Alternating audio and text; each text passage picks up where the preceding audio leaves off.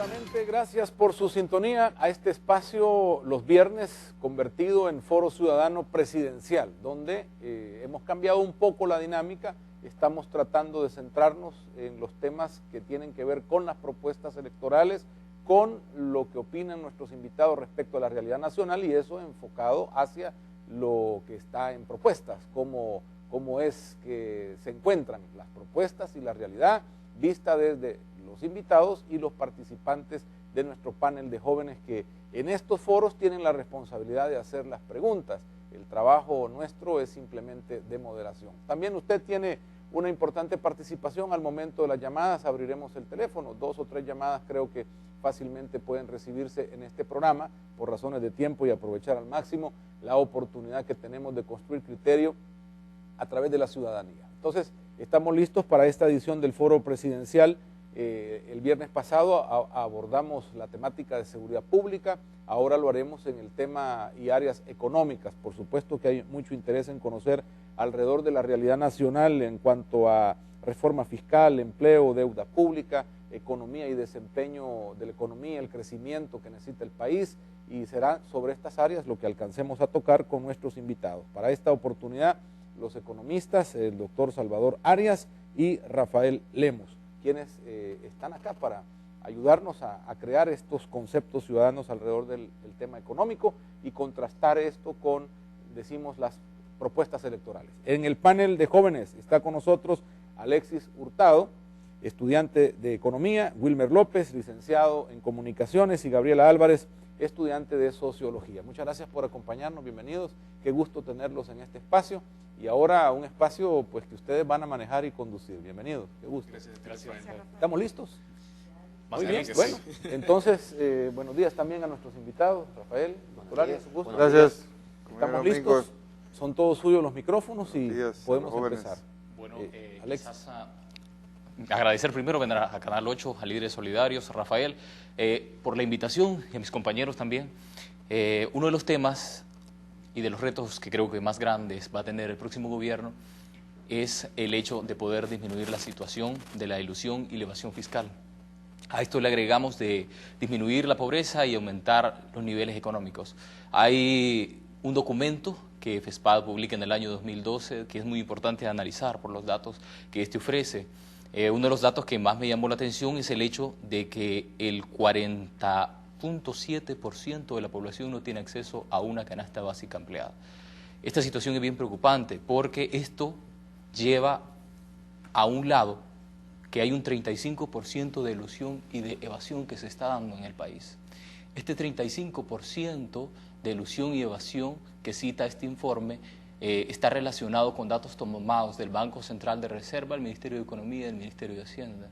Este 35% hace un total de 1.719 millones de dólares. Estos 1.719 millones de dólares al final no van a dar a nuevas escuelas, no van a dar a nuevas calles ni a nuevos hospitales. Entonces la situación de la evasión y la ilusión fiscal, según este documento, que al final se titula Ilusión y evasión fiscal y su relación con la alimentación, deja muy preocupada o deja muy marcada una situación, que es el hecho de que con solo detener la ilusión y la evasión fiscal se lograrían tener, solo con reducir a un 64% la ilusión y la evasión fiscal, se lograría tener el 74% para poder alimentar a nuestra población y proveerla de una canasta básica. Ahora bien, bajo esta situación y estas premisas, este robo, porque es un robo realmente el que se está dando al Estado, este robo es legalmente, o sea, no es un robo que se dé ilegalmente. Hay 26 leyes las cuales permiten esta evasión, o sea que legalmente está permitido que se haga.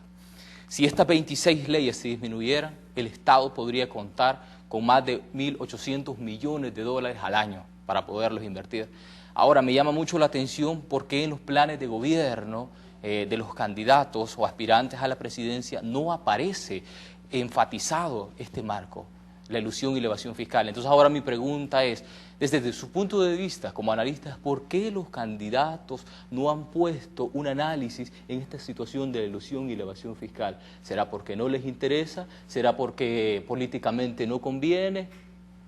Esa es mi pregunta. Ok.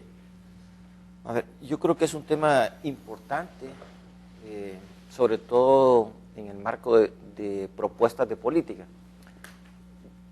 Lo que le respondería a Wilmer, ¿verdad? Correcto. Wilmer, es que no está, por lo menos en la propuesta de Arena, no está planteado en términos de evasión e ilusión, sino que el tema está enfocado desde el lado de la propuesta. Es decir, el problema es lo que usted describe, la evasión y la ilusión.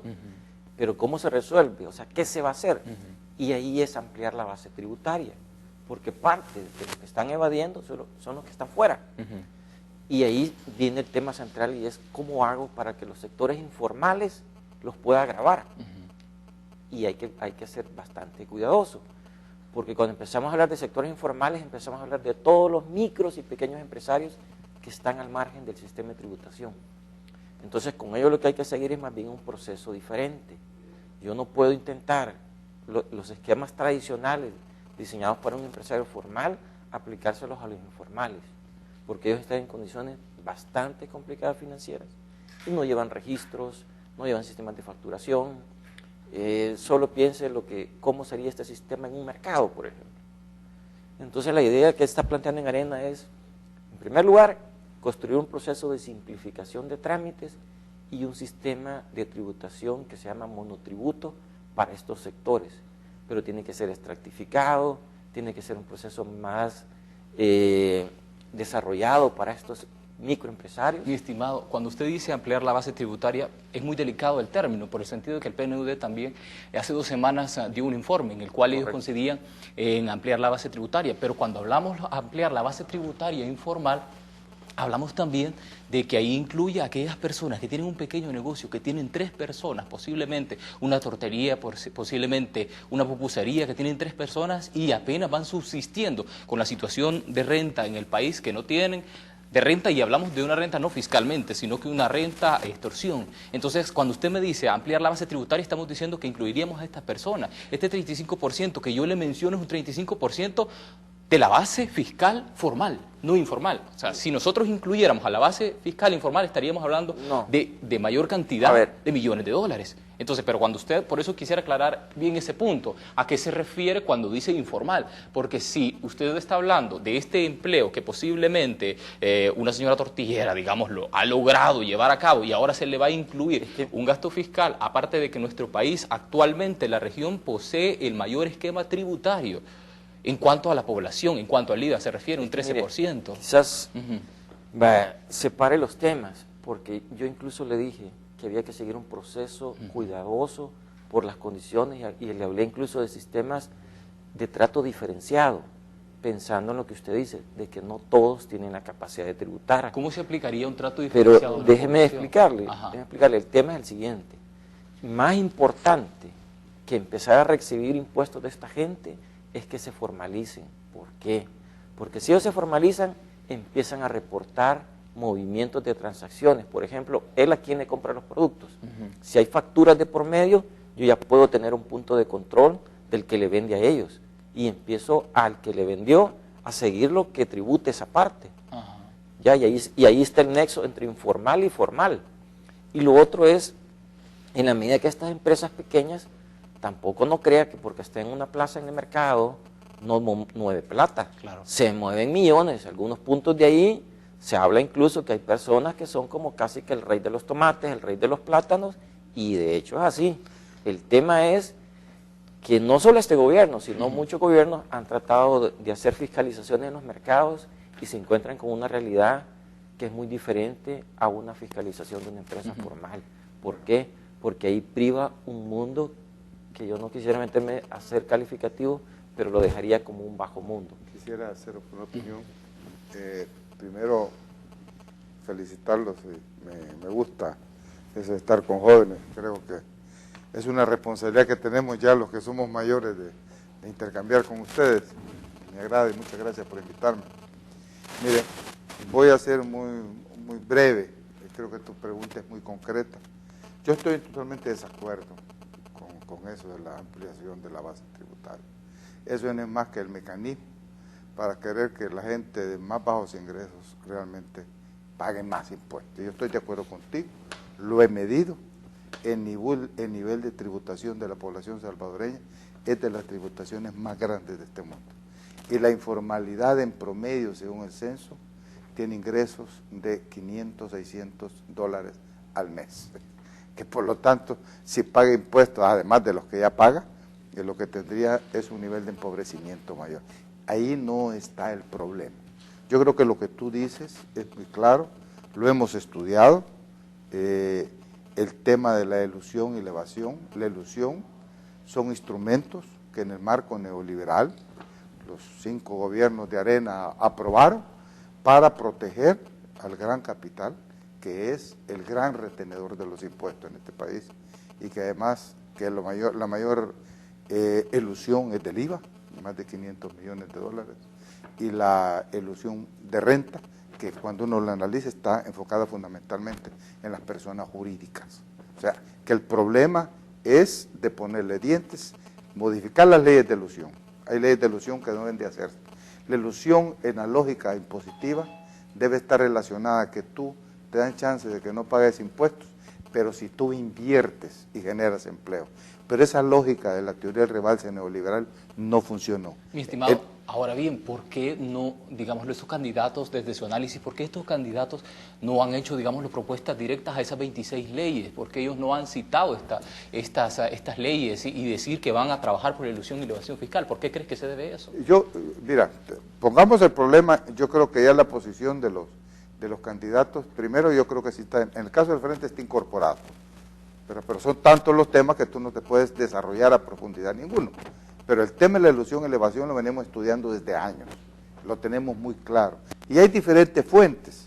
El Ministerio de Hacienda acaba de sacar un estudio que demuestra el tema de la evasión del IVA desde el año 2000 al 2010, ahí están los datos. El ex embajador de Estados Unidos, yo lo menciono, porque ese señor no hizo una declaración política, porque la embajada hizo una investigación en el Ministerio de Hacienda y estableció los niveles de evasión, que eso es el robo directo, no legalizado, como tú dices, ¿verdad? Que es fuerte, que son las grandes empresas, ahí están los índices, ahí están marcados. Entonces, yo he hecho cálculos de lo que significa eso, y es muy grueso, es mucho más de los 1.700 millones, pero un poco más, ya la cantidad que tú dices demuestra, eso significa, fíjate, de acuerdo a los ingresos del Estado en términos fiscales, que se está proyectando 4.000 millones, significa casi el 50% del ingreso del Estado. Entonces, sin duda ese tema debe ser un tema en la agenda económica del próximo gobierno, si realmente quiere entrar al problema.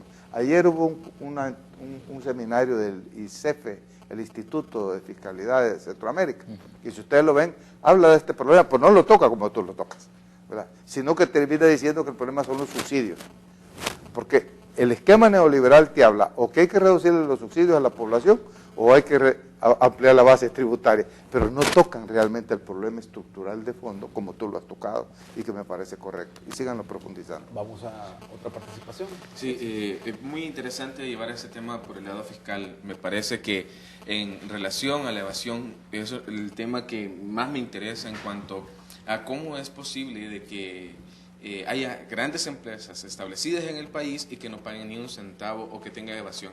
En este caso, con el Ministerio de Hacienda, ahí, por ejemplo, para ser más puntual y aterrizar, hay 2 empresas que alrededor deben unos $100 millones. Entonces, son una de esas empresas que puede ver el nombre, no la menciono pues, por ética, pero ha evadido más de $50 millones. Entonces, hay una empresa muy bien establecida y que está legal, y la podemos ver porque están todas sus campañas publicitarias y su nombre. Pero, ¿por qué no se puede hacer nada? ¿Por qué dejamos de que estas empresas que tienen legalidad no puedan dar el tributo que se debe y que no se pueda perseguir como se debe? Porque a mí me parece una situación delicada en la cual también a nosotros nos afecta de que podemos ver un ejemplo de una comparación de que unos futbolistas tienen malversación y entran a la casa y lo comienzan a revisar y sacan con todo y las cámaras. Pero no vaya a ser otro sector que sea de cuello blanco porque a ellos no los detienen, a ellos no les dicen nada, los tocan, pero con guantes de seda. Entonces, ¿cómo hacemos para que esta vez la ley sea pareja para todos y para que realmente nosotros podamos notar lo que es esta evasión fiscal y que lo podamos sacar a luz? Bueno, lo primero es que aquí hay leyes, hay que respetarlas. Y si eso ocurrió con estos jóvenes deportistas, es porque estaban en un proceso de investigación. Pero para invadir una casa, o sea, una morada, tenés que tener una orden judicial. De lo contrario es un mal procedimiento. Es decir, con esto lo que estoy diciendo es que no es que no se investigue, que hay que respetar las leyes. Y lo otro sobre los empresarios, igual hay un marco legal. Hay que precisar los conceptos. Una cosa es evasión, que es que el empresario no cumple la ley y no paga el impuesto. En ese caso, tienes que exigir todas las acciones legales y proceder conforme a los procedimientos de Hacienda. Va a haber un problema de diferencias entre la empresa y Hacienda y eso sigue una instancia que es un tribunal fiscal. O sea, tiene como un juzgado para ese tipo de temas, pero se sigue todo un proceso. Hacienda no hace ese show de llegar con policías, pero sí tiene toda la capacidad de llegar a la empresa con auditores, pedir las facturas y determinar si está evadiendo o no. Y de ahí arranca todo el proceso, es una auditoría. El tema de la elusión es diferente. Eso es que tú encontraste un espacio entre las leyes y con eso te metiste en ese callejoncito para no pagar impuestos. Pero el otro punto es el siguiente. Salvador dice que el Frente o que él está en contra de la propuesta de Arena, de lo que he expresado yo de simplificación de los trámites y de hacer ese proceso gradual de incorporar al sector informal. Lo que eso significa es que están en contra no solo con la propuesta de Arena, sino también con la del PNUD, que salió después. ¿Verdad? Hay que dejar las cosas como más claras. Totalmente de acuerdo contigo. No, de acuerdo, yo quiero como ponerlo en ese contexto porque estás hablando que estás en contra incluso de gente que no es de Arena y que está tratando de que se mejoren las cosas en el país. El PNUD tiene una posición de derecha igual que ustedes. No lo creo que el PNUD tenga posición de derecha. Es primera vez que lo no, digo. pero digamos, yo no quiero entrar al terreno de calificar a las personas, yo estamos discutiendo no es persona, propuestas, es una institución. personas jurídicas. No quiero entrar a calificar eso, sino estamos debatiendo ideas. En ese sentido yo diría lo siguiente, si El Salvador dice que tienen identificado, medido, estudiado la evasión y la elusión, ¿por qué no lo han atacado si llevan 5 años en el gobierno? Pero, Rafael, no es que defienda ningún otro quizá gobierno. una respuesta muy breve. Ajá. Porque la correlación política en la Asamblea es de la derecha. No tiene nada que ver la correlación política. Ahí se aprueba, para poder aprobar ilusiones, tú tienes que quitar las leyes en la Asamblea Legislativa. Ya expliqué Pero yo ese que es un detalle. el tema de evasión es que La tú evasión es robo. Es una cosa incumplís seria. la ley, entonces ¿por qué no lo han atacado? Si ellos están en la administración por más de 4 años y dice que lo tienen estudiado y medido. Sí. Pero ¿por qué no lo han atacado? ¿Por qué no lo han resuelto? Sí, eso, porque no, y no solamente cabe a estos 5 gobiernos, cabe a todos los gobiernos anteriores que han venido siguiendo este proceso. Mi pregunta es, ¿por qué hemos dejado que esto crezca? Porque No, es que también yo creo que tienes que tomar en cuenta lo siguiente. Todos los gobiernos han ido reformando las leyes. Y una cosa que sí hay que decirlo claramente es que los últimos 3 gobiernos han hecho reformas tributarias fuertes en IVA y en renta para ir cerrando todos estos espacios, incluyendo el gobierno actual, hizo una reforma en la cual tocó más de 8 cuerpos legales, incluyendo el Código Penal. Yo te digo una cosa, la reforma fiscal de parte del Estado es fundamental. El problema que ustedes dicen es cierto y hay que corregirlo, ¿verdad? Entonces, para mí, el punto central es ese. Ese es un problema real. Y si no se corrige, es imposible pensar que esta economía va a poder crecer más de lo que está creciendo de manera tan raquítica. Y es realmente, un punto clave. A mí me preocupa, Salvador, Rafael, el hecho de que cada vez la persona, el incremento del IVA, viene como con más empuje, el hecho de que se le quiera dar vida al hecho de aumentar un porcentaje dentro del IVA. Eso a mí me preocupa porque la sociedad no aguantaría un incremento del IVA, pero yo lo estoy viendo como que de alguna medida la presión está generando a verlo como una alternativa viable y la presión internacional también. Mira, el Fondo Monetario en las proyecciones que tiene para año 2018 están pensando en el IVA por una cosa y piensan en el IVA los organismos internacionales. ¿Por qué piensan en el IVA? Porque dicen que administrativamente es más fácil lo cual Claro. con la elusión y la evasión fiscal del IVA se ha demostrado que no es tan fácil, porque igual más de 500 millones de IVA no le llegan al Estado, que el Estado ha considerado como gasto fiscal. O sea, pero esa es la razón, es una simplicidad aparentemente técnica, pero no, es un problema de concepción de clase en la política tributaria. Yo creo que ustedes como jóvenes es importante que estudien. Cualquier decisión sobre a quién gravas tiene un carácter de clase, es una visión política a quién favoreces o no. En el modelo neoliberal, la concepción de clase es que hay que apoyar a los empresarios, porque ellos generan trabajo y son los que van a hacer inversión, lo cual es una mentira, se ha demostrado en la práctica.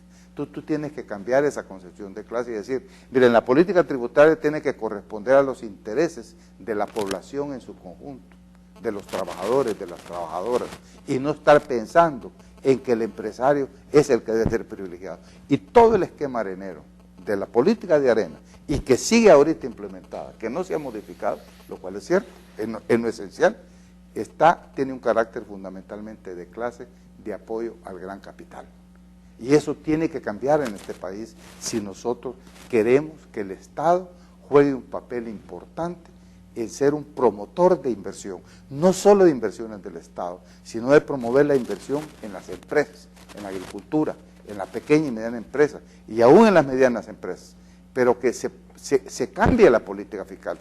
La esencia es que la política fiscal en este país es regresiva. En términos proporcionales, tú pagas más impuestos que los que más tienen. Yo en el libro El Atlas de la Pobreza y la Opulencia saqué casos muy concretos a partir de información de Hacienda. Tú tienes empresas, yo sigo los nombres porque ahí están escritos, hay que decirlo, ¿verdad? En ese caso, del 2010, yo lo menciono, la Telefónica tuvo 150 millones de dólares de utilidades y tuvo una tributación de 8%. Eso es lo que pagó al fisco, en lo concreto. Y tú, digo yo, un campesino, una mujer de la maquila que gana 187 dólares, paga mínimo 13% de impuestos. ¿Por qué? Porque paga IVA. Y el que usa el transporte, además paga los impuestos relacionados con la gasolina en la tarifa que paga de transporte. Entonces, hay que cambiar la fiscalidad. Toda la filosofía de la fiscalidad regresiva ha sido un fracaso, no solo aquí, sino en los mismos Estados Unidos están ahorita preocupados porque esa política recesiva hizo, desde que Bush le dio totalmente vuelta, ¿verdad? Hace ahora que en Estados Unidos la pobreza se está agudizando tanto y la concentración de la riqueza se les acelera. Está demostrado, no solo aquí, en todo el sistema capitalista, que ese esquema es recesivo en términos económicos y es injusto en términos sociales. Rafael, para equilibrar el tiempo sobre esa exposición, ¿qué piensas? Y luego, Gabriela, para cerrar esta primera parte del programa. De acuerdo, gracias, Rafael. Mira, a mí me sorprende un poco las ideas de Salvador, porque no le veo mucha coherencia, y te explico por qué. Él dice, miren, hay que cambiar este sistema, y entonces... Tributario. De acuerdo. El sistema tributario en el sentido de que la gente consumidores, la gente de bajos ingresos, no lo dijo, pero entendería yo por la expresión, que pague menos. Así sería la idea. Es en base a ingresos. Va, entonces los que tienen menos ingresos que paguen menos. Que paguen menos, pero como ahora proporcionalmente. es un IVA, ¿verdad? ¿Estás pensando que bajar el IVA? El IVA y los otros impuestos indirectos. Bajar todos esos impuestos, ok. ¿Y a quién le vas a subir los impuestos? Al capital, al empresario. Es en función a ingresos. Es ingresos. El que tiene más ingresos debe pagar más impuestos. Va. Es la lógica. Así funciona en el capitalismo. De acuerdo, así funciona en Europa y en Estados Unidos. Salvador lo que dice, miren, los consumidores, la gente de bajos ingresos, que pague menos. Y que pague más el que tiene más Los consumidores no ingresos. solo son los de bajos ingresos, son todos los que tienen ingresos consumen. No, por eso. Pero entonces la Estoy gente de hablando bajos que ingresos... los pobres paguen menos impuestos que los ricos en concreto. Si Eso tú es. le grabas a los de bajos ingresos las tasas, tendrías que tener un esquema diferenciado y subirle la tasa que los que tienen ingresos más altos. Así es. Pero en el consumo eso es bien difícil. Por lo siguiente, supónete que tú dices, el gas, la gasolina, que la gente de altos ingresos que pague Solo una tasa más alta. No solo es en el consumo, es en toda la política por eso, tributaria. pero para poner ahí está un ejemplo, renta, está IVA, para poner un ejemplo, Salvador. Es importante que Para tengamos poner toda un la visión. ejemplo y que se entienda estas cosas que tiene problemas de aplicación. ¿Por qué? Si tú dices la gente de altos ingresos, para sus cosas que compre, le voy a grabar más alto, esa es una forma tan fácil de evadir ese tipo de normas. ¿Por qué? No, Tú no mandas al motorista a comprar todo eso y le aplican la tasa baja. No, Eso es lo que ocurría en otros temas. Es que mira. Pero más allá de eso, tú después le pides a esta gente que tiene ingresos, le estás el pidiendo impuesto que de la invierta. renta. No, es que el Le estás impuesto de la pidiendo que renta, invierta. Explícale a la Entonces renta. la renta, el ingreso. Estoy hablando en la del renta ingreso. Salvador tiene una confusión y le explico por qué.